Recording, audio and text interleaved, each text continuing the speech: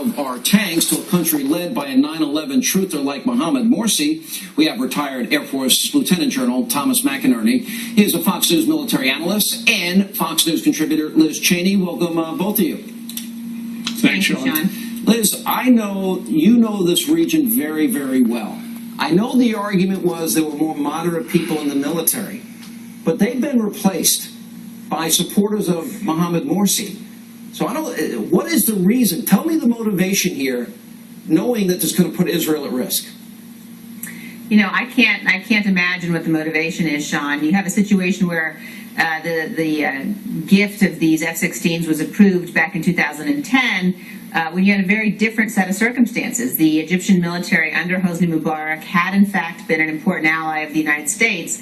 I think that the Egyptian military still has the potential to be somewhat of a balancing factor against the Muslim Brotherhood. However, it is the case that the President Morsi has replaced the head of the military. He's put in his own person.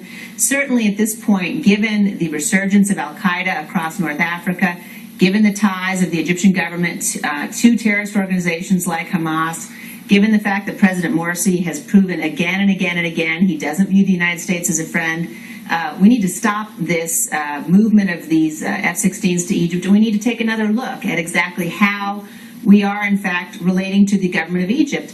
And we need to get to a point, frankly, where the United States once again has some credibility in the region, which we simply don't. General, it goes back to a very simple question. You got a guy that's a part of a terror group, a guy that's a 9/11 truther. He calls the Israelis apes and pigs, all the things we're describing, vampires.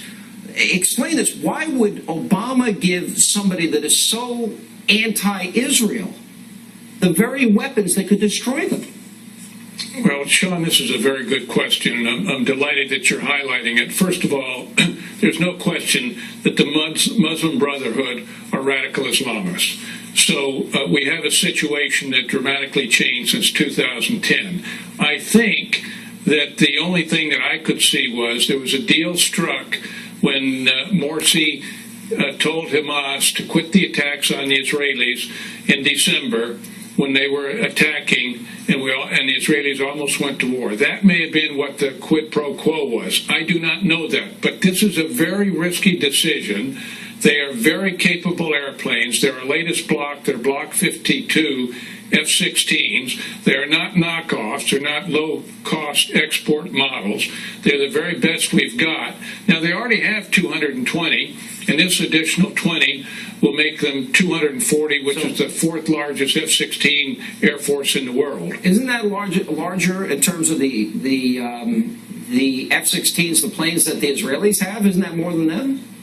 Yes, that is larger than the Israelis, and the Israelis are more capable pilots, but there's no question that numbers have an impact. So we are now in a very dangerous position. I think it should be reassessed.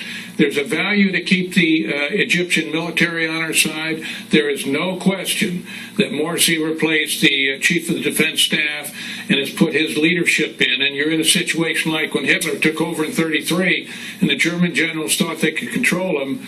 When you have autocratic governments like this, you're not going to control an individual like Morsi. So we're in a very dangerous position. I think it's very important that we have a national discussion on it. Yeah, Liz, would this be any different than giving these planes to Ahmadinejad in Iran? Why do I not see a difference? Is it the same?